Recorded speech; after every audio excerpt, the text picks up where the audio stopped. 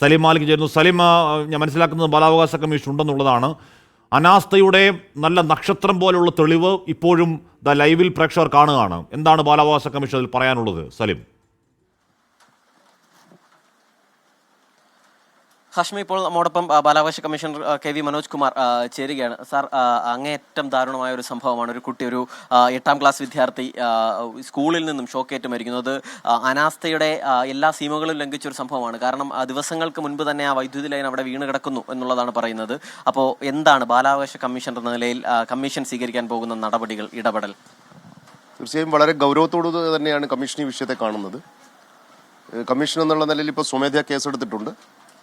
ഇനി ഇതിൻ്റെ ഭാഗമായിട്ട് നാളെ രാവിലെ കമ്മീഷൻ ആ സ്കൂൾ വിസിറ്റ് ചെയ്യുന്നുണ്ട്. അതിനുശേഷം ബാക്കി കാര്യങ്ങൾ നമുക്ക് പറയാം. എന്താണ് അനാസ്ഥ ഉണ്ടായിട്ടുണ്ടോ, അല്ലെങ്കിൽ താങ്കൾ പറഞ്ഞതനുസരിച്ചാണെങ്കിൽ വളരെ ഗൗരവമായ വിഷയം തന്നെയാണ്. അത്തരം അനാസ്ഥകൾ ഉണ്ടായിട്ടുണ്ടോ എന്നുള്ള കാര്യം കൂടെ കമ്മീഷൻ പരിശോധിക്കും. കാര്യം നമുക്കിപ്പോൾ നമ്മൾ ഈ ദൃശ്യങ്ങൾ നമ്മുടെ ചാനലിൻ്റെ സ്ക്രീനിൽ തന്നെ ആ ദൃശ്യങ്ങളൊക്കെ ഇപ്പോൾ പോകുന്നുണ്ട്. അതായത് ആ വൈദ്യുതി ലൈൻ അവിടെ പൊട്ടിക്കിടക്കുകയാണ്. ദിവസങ്ങൾക്ക് മുൻപേ അതങ്ങനെ പൊട്ടിക്കിടക്കുന്നു എന്നുള്ളതാണ് പറയുന്നത്. സമാനമായി മുൻപൊരു വിദ്യാർത്ഥി സ്കൂളിൽ നിന്നും പാമ്പ് കടിയേറ്റ് മരിക്കുന്ന സംഭവമൊക്കെ ഉണ്ടായി. നമ്മുടെ പൊതുവിദ്യാഭ്യാസ രംഗമൊക്കെ മെച്ചപ്പെട്ടു എന്ന് പറയുമ്പോഴും ഇങ്ങനത്തെ സംഭവങ്ങൾ, അത് ഓരോ ജീവൻ എടുക്കുന്നത് ഏതെങ്കിലും നിലയിൽ അംഗീകരിക്കാൻ കഴിയുന്നതല്ലല്ലോ. ഒരു തരത്തിലും അംഗീകരിക്കാൻ കഴിയില്ല. കാരണം ഈ അശ്രദ്ധ ഉണ്ടായിട്ടുണ്ടോ എന്നുണ്ടെങ്കിൽ അത് വളരെ ഗൗരവത്തോടു കൂടെ തന്നെ കമ്മീഷൻ പരിശോധിക്കും. അതിലൊരു തർക്കവും വേണ്ട. കാരണം ദിവസങ്ങൾക്ക് മുമ്പല്ല, മാസങ്ങൾക്ക് മുമ്പാണെന്ന് പറയൂ. മെയ് മാസത്തിൽ തന്നെ ഈ പറയുന്ന സ്കൂളിലെ പ്രധാനാധ്യാപക KCB പറഞ്ഞാ പറയുന്നത്. ദിവസങ്ങളല്ല, മാസങ്ങൾ. പൊട്ടി വീണതല്ല, ഈ ലൈൻ താഴ്ന്നു കിടക്കുകയാണ്. അത് ദിവസങ്ങൾക്ക് മുൻപല്ല, മാസങ്ങൾക്ക് മുൻപേ ഇതിങ്ങനെ ഇത്രയും വലിയ പ്രശ്നത്തിലായിരുന്നു എന്നുള്ളതാണ് പറയുന്നത് അവിടുത്തെ ആളുകളും കുട്ടികളും ഒക്കെ. ഓക്കെ, അതുകൊണ്ട് പരിശോധിക്കാം. ഞങ്ങൾ എന്തായാലും കുട്ടികളെയും കാണുന്നുണ്ട്, അവിടെയുള്ള PTA എല്ലാവരെയും നാളെ കാണുന്നുണ്ട്. നാളെ നേരിട്ട് കൊല്ലത്തേക്ക് പോകുന്നുണ്ട്.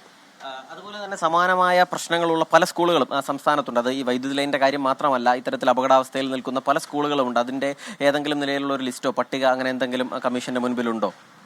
കമ്മീഷൻ ഇപ്പോൾ എല്ലാ ജില്ലയിലും വിദ്യാഭ്യാസ നിയമവുമായി ബന്ധപ്പെട്ട സ്റ്റേക്ക് ഹോൾഡേഴ്സിൻ്റെ മീറ്റിംഗ് അടക്കം ഇപ്പോൾ നടത്തി കഴിഞ്ഞു. സംസ്ഥാന തലത്തിലും അത് നടത്തിയിട്ടുണ്ട്. അതിൽ ഞങ്ങൾ എല്ലാ കാര്യങ്ങളും പരിശോധിക്കുന്നുണ്ട്. അതിൽ പിന്നെ ഇപ്പം വാഹനങ്ങളുടെ, കുട്ടികളെ കൊണ്ടുപോവുകയും ചെയ്യുന്ന വാഹനങ്ങളുടെ ഫിറ്റ്നസ് അടക്കം ഞങ്ങൾ ചോദിച്ചറിയുന്നുണ്ട്. റിപ്പോർട്ട് കൃത്യമാണ്. പക്ഷേ വേറെ ഏതെങ്കിലും തരത്തിലുള്ള പ്രശ്നങ്ങൾ ഉണ്ടോ ഇല്ലയോ എന്നുള്ളത് ഞങ്ങൾക്ക് ഏതെങ്കിലും തരത്തിൽ റിപ്പോർട്ട് കിട്ടിയാൽ ഞങ്ങൾ അതിനകത്ത് വളരെ അടിയന്തരമായി തന്നെ ഇടപെടും. എന്ത് തരത്തിലുള്ള നടപടിയാണ് എടുക്കാൻ ഉദ്ദേശിക്കുന്നത്? കമ്മീഷൻ പരിശോധിക്കട്ടെ. അതിൽ എന്താണ്, ആരുടെ ഭാഗത്താണ് വീഴ്ച. എന്തായാലും വളരെ ദാരുണമായൊരു സംഭവമാണ്. അതിൽ ആർക്കൊക്കെ വീഴ്ച വന്നിട്ടുണ്ട് അവരൊക്കെ ഈ കാര്യത്തിൽ റെസ്പോൺസിബിൾ ആവും എന്ന് തന്നെയാണ് പറയാനുള്ളത്. ഈ സമാനമായ പരാതികൾ ഇതിനു മുൻപ് കമ്മീഷന്റെ മുൻപിലേക്ക് വന്നിട്ടുണ്ടോ? ഇത്തരത്തിലുള്ള ഈ സ്കൂളുകളുടെ അനാസ്ഥയുമായി ബന്ധപ്പെട്ടും നടപടി സ്വീകരിക്കുന്നില്ല എന്നൊക്കെ പറഞ്ഞ് ചില പരാതികൾ വന്നിട്ടുണ്ട്. ആ പരാതികൾ ഞങ്ങൾ അപ്പോൾ തന്നെ പരിശോധിച്ച് ആവശ്യമായ നിർദ്ദേശങ്ങൾ നൽകിയിട്ടുണ്ട്. ഞങ്ങൾ വിസിറ്റ് ചെയ്തിട്ടുണ്ട്.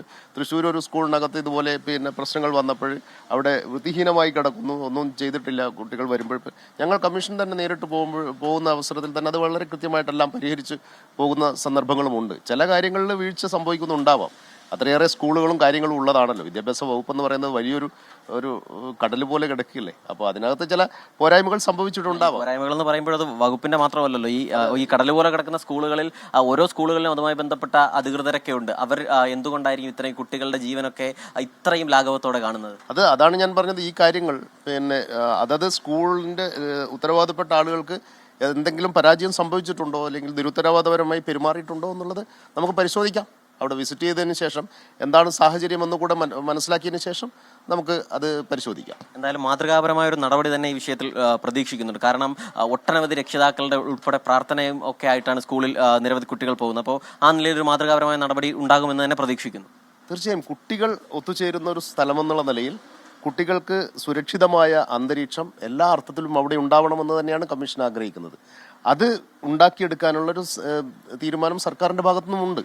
അതിലൊന്നും തർക്കമില്ല. പക്ഷേ ചില കാര്യങ്ങളിൽ ഇത്തരം അപാകതകൾ വന്നു ചേരുന്നുണ്ട് എന്നുള്ളത് കൂടെ നമ്മൾ ശ്രദ്ധിക്കേണ്ടതുണ്ട്. എന്തായാലും ഈ കാര്യത്തിൽ പരിശോധിക്കട്ടെ. അവിടെ സന്ദർശിച്ചതിന് ശേഷം, വിസിറ്റ് ചെയ്തതിന് ശേഷം ഞങ്ങൾ പരിശോധിക്കാം. നാളെ ഒരു സംഘമായിട്ടാണോ പോകുന്നത്, അതോ അങ്ങൊറ്റയ്ക്കാണോ പോകുന്നത്? അല്ല, കമ്മീഷന്റെ അംഗങ്ങളും കൂടെ ഉണ്ടാവും. മുഴുവൻ അംഗങ്ങളും വേണമെന്നില്ല. അത് ഉത്തരവാദപ്പെട്ട അംഗങ്ങൾ കൂടെ ഉണ്ടാവും. ഹാഷ്മി, ഇപ്പോൾ ബാലാവകാശ കമ്മീഷണറാണ് ഇപ്പോൾ നമ്മളോട് സംസാരിച്ചത്. ഉചിതമായ നടപടി എന്തായാലും നമ്മൾ പ്രതീക്ഷിക്കുന്നു. കാരണം മാതൃകാപരമായ നടപടി ഉണ്ടാകും. അതിൽ വീഴ്ച വരുത്തിയത് ആർക്കാണെങ്കിലും ഏത് നിലയിലാണ് വീഴ്ച ഉണ്ടായതെങ്കിലും അത് നേരിട്ട് പോയി പരിശോധിച്ച് ബോധ്യപ്പെട്ട ശേഷം നടപടി ഉണ്ടാകുമെന്നാണ് പറയുന്നത്. മാത്രമല്ല ഉണ്ടാവണം. ഇപ്പൊ ഞാൻ പറഞ്ഞത് നമ്മുടെ അങ്ങേയറ്റത്തെ നിരാശയിൽ ഇനി എന്തിനാർക്കെതിരെ നടപടി എന്നൊക്കെ നമുക്ക് തോന്നാമെങ്കിലും കടുത്ത നടപടി അക്കാര്യത്തിൽ ഉണ്ടായാൽ മതിയാവുകയുള്ളൂ. ഇനിയൊരു ഒരാൾക്കും ഒരു രക്ഷകർത്താക്കൾക്കും ഇത്തരത്തിൽ കൊടിയ അനാസ്ഥയുടെ പേരിൽ അവരുടെ കുഞ്ഞിനെ നഷ്ടമാവുക എന്ന് പറയുന്ന വേദനാജനകമായ സാഹചര്യം ഉണ്ടാവരുത് എന്ന് ഉറപ്പാക്കാനുള്ള ബാധ്യത നമുക്കെല്ലാവർക്കും അക്കാര്യത്തിലുണ്ട്. എന്ന് പറയുമ്പോഴും ഇത്രത്തോളം എവിഡൻ്റായ ഒരു അനാസ്ഥ കൺമുന്നിൽ കണ്ടിട്ടും ഇടപെടൽ ഉണ്ടാവാതെ ഇല്ലാത്ത ഇടപെടൽ ഒരു കുഞ്ഞിൻ്റെ ജീവൻ നഷ്ടമായിട്ട് ഇനി എന്ത് നടപടി എന്ന് ഉറപ്പായും അങ്ങേറ്റം നിരാശയിൽ നമ്മൾ ചോദിച്ചു പോകുമെങ്കിലും നടപടി ഉണ്ടായാൽ മതിയാവുകയുള്ളൂ. നോക്കൂ, ഇപ്പോഴും ആ വൈദ്യുത ലൈൻ അനാസ്ഥയുടെ അങ്ങേയറ്റത്തെ കെടുകാര്യസ്ഥതയുടെ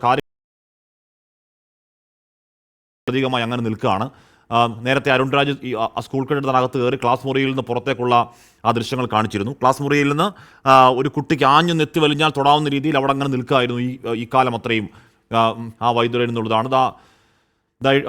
പ്രിയപ്പെട്ട പ്രേക്ഷകർ നോക്കൂ, 8 വർഷം മുൻപുള്ള ദൃശ്യങ്ങളാണ് ആദ്യത്തെ വിൻഡോയിൽ കാണുന്നത് 8 വർഷം മുൻപുള്ളതാണ്. അപ്പോൾ എന്തുമാത്രം താഴ്ന്നു നോക്കൂ. അപ്പോൾ 8 വർഷം മുമ്പ് ആ വൈദ്യുതി ലൈൻ ഈ സ്കൂളിൻ്റെ ഓടിട്ട ബിൽഡിങ്ങിൻ്റെയും കുറേയധികം മുകളിൽ കൂടി അങ്ങനെയാണ് പോവേണ്ടത്, അങ്ങനെ പോകാൻ പാടുള്ളൂ. അങ്ങനെ പോയിരുന്ന വൈദ്യുതി ലൈനാണ് താഴ്ന്ന് ഓടിനും താഴ്ന്ന് ഈ പറയുന്ന രീതിയിൽ താൽക്കാലിക തകര ഷെഡിൻ്റെ മുകളിലേക്ക് തൊട്ടു ഇല്ല എന്ന അവസ്ഥയിൽ നിൽക്കുന്നത്. 8 വർഷം മുൻപുള്ളതും ഇപ്പോഴുള്ളതുമായ ദൃശ്യങ്ങളാണ് കാണുന്നത്. 8 വർഷം മുമ്പുള്ള ആ ദൃശ്യങ്ങളിലാണ് ഐഡിയലി അങ്ങനെ നിൽക്കാൻ പാടുള്ളൂ. നേരത്തെ വിദ്യാഭ്യാസ മന്ത്രി പറഞ്ഞത് സ്കൂൾ കോമ്പൗണ്ടിൻ്റെ അകത്തൂടെ വൈദ്യുതി ലൈൻ പൊക്കൂടാ എന്ന് അദ്ദേഹം പറയുന്നുണ്ടായിരുന്നു. അതിൻ്റെ നിയമപരമായ വശങ്ങൾ നമുക്കറിയില്ല. പക്ഷേ എന്തായാലും ഈ മട്ടിൽ ഈ ഊഞ്ഞാലാടി കിടക്കുന്ന പോലെ താഴെ മുട്ടി നിൽക്കുന്ന പോലെ നിൽക്കാൻ പാടില്ല എന്നുള്ള കാര്യം ആർക്കും അത് കണ്ടാൽ മനസ്സിലാവുന്നതാണ്. 8 വർഷം മുൻപുള്ളതും ഇപ്പോഴുള്ളതുമായി കാണുക. 8 വർഷം മുമ്പ് എത്രമാത്രം ഉയരത്തിലാണ്, എത്രമാത്രം സേഫായിട്ടാണ് വൈദ്യുതി ലൈൻ അവിടെ നിന്നതെന്നുള്ളതും ഇപ്പോൾ അത് കിടക്കുന്ന കിടപ്പമാണ് പ്രേക്ഷകർക്ക് 2 ചിത്രത്തിൽ കൂടി മനസ്സിലാക്കാൻ കഴിയുന്നത്. എന്താണ് ഇത്? ഇപ്പം മാനേജ്മെൻറ്റ് പ്രതിനിധികൾ സംസാരിച്ചിട്ടില്ല. എന്താണ് അവർക്ക് പറയാനുള്ളതെന്ന് അറിയില്ല. ആ സ്കൂളിലെ പ്രധാനാധ്യാപിക